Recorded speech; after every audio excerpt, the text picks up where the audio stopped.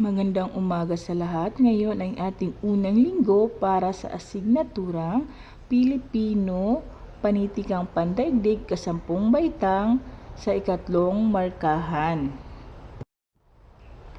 So bago natin sisimulang talakay ng ating paksa ay babasahin ko muna sa inyo ang mga sumusunod na layunin. So unang layunin na ipaliliwanag ang pagkakaiba at pagkakatulad ng mitolohiya ng Afrika at Persia. Ikalawa, nakasusulat ng sariling katwiran o reaksyon batay sa akdang nabasa. Ikatlo, napahalagahan ng mga mag-aaral ang mga aral na makukuha sa akda. At ang huli, nasusuri ang kaisipang nakapaloob sa mitolohiyang binasa o tinalakay. So, ang ating paksa ay tungkol sa panitikang Liyonggo, mitolohiya mula sa Kenya, isinalin sa Filipino ni Roderick P. Orgelis.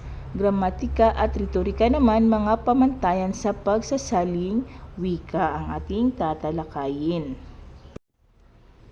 Panimula, ang Republika ng Kenya ay isang bansa sa silangang Afrika na palilibutan ito ng Ethiopia sa hilaga, Somalia sa hilagang silangan, Tanzania sa timog, Uganda sa kanluran at Sudan sa hilagang kanluran. Kasama ang karagatang Indian sa timog silangan. Mayaman ang bansa sa mga akdang pampanitikan, sining na inukit sa bato, arkitektura ng mga palasyo at museo na yari sa putik. May musika at sayaw na ritmo ng pananampalataya ng kanilang lahi. Masasalamin natin ang kanilang mga literatura sa pamamagitan ng kanilang mga mitolohiya na higit na magpapakilala sa atin ng kultura at tradisyon ng bansang Kenya. Ngayon ay babasahin ko sa inyo ang isang akda tungkol kay Liyonggo. Isinalin ito sa Pilipino ni Roderick P. Orgelis. So, isinilang si Liyonggo sa isa sa 7 bayang nasa baybaying dagat ng Kenya.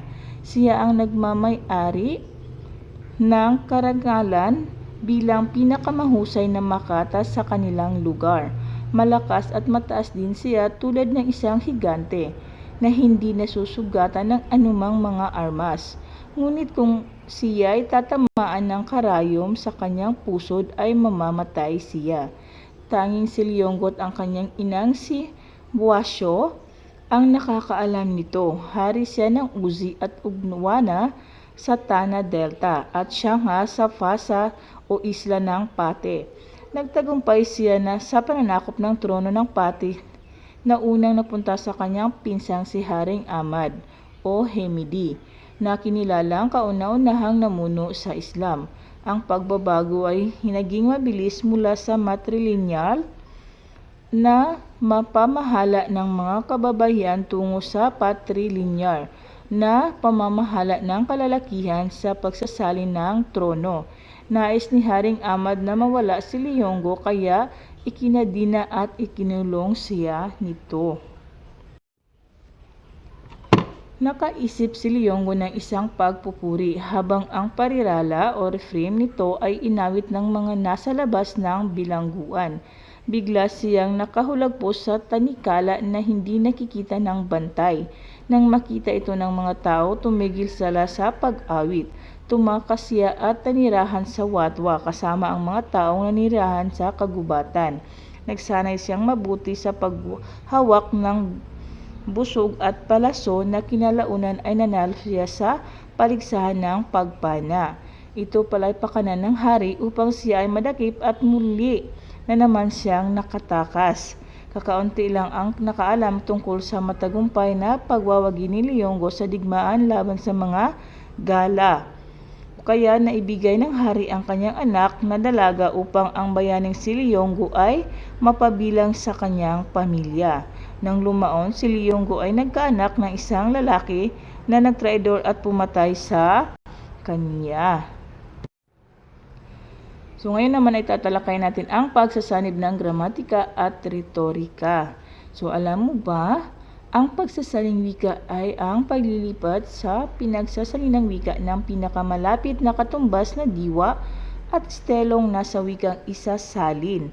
Ang isinalin ay ang diwa ng talata at hindi ang bawat salita na bumubuo rito. Ayon kay Santiago taong 2003.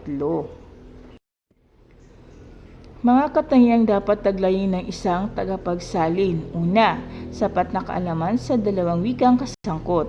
Nakukuha niya ang kahulugan ng kanyang isinasalin o siya'y mahusay na. Kumukonsulta sa diksyonaryo, naunawaan niya ang maliit na himaymay ng kahulugan at halagang pandamdaming taglay ng mga salitang gagamitin.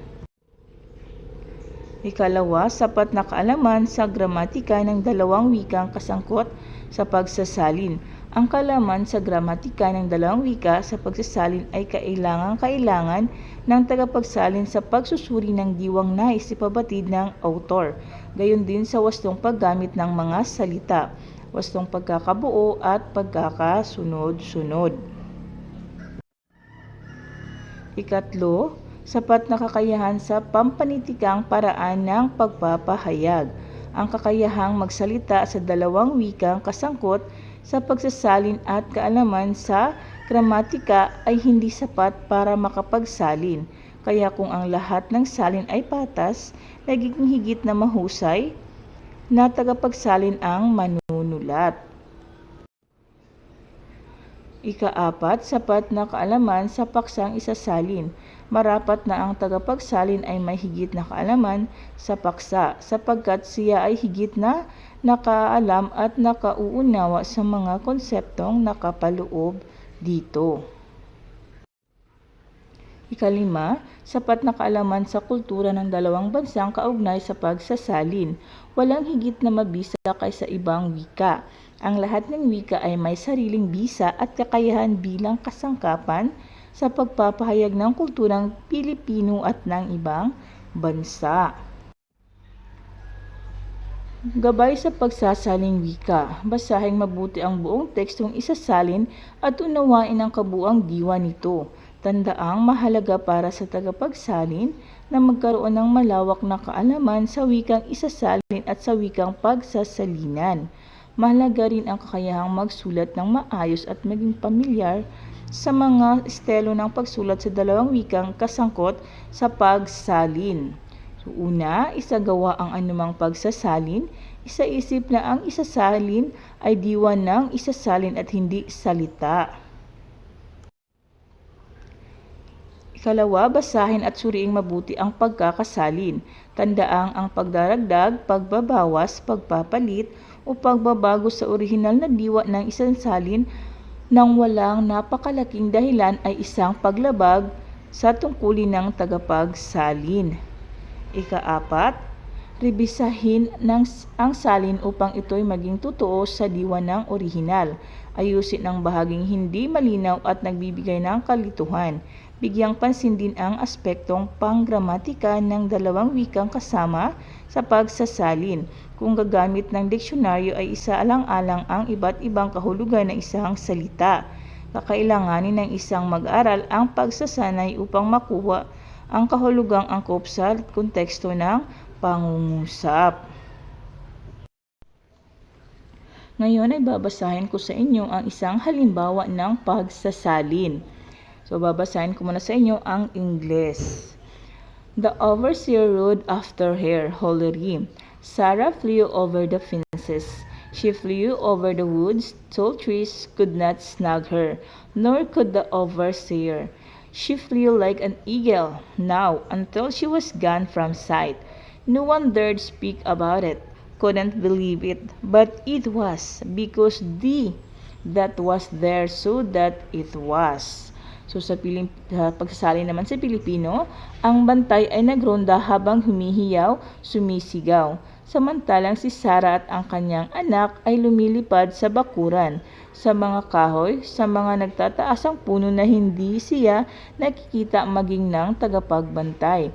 Lumilipad siyang tulad ng isang agila hanggang sa unti-unti na silang makita ng mga taong nasa ibaba. Walang sinuman ang makapagsalita tungkol dito.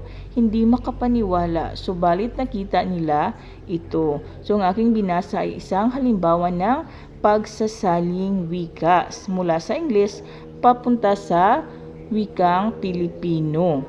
So dito nagtatapos ang ating paksa. Inahasahan ko na marami kayong mga natutunan sa ating tinalakay. So maraming salamat sa pakikinig at ulitin ko, magandang umaga.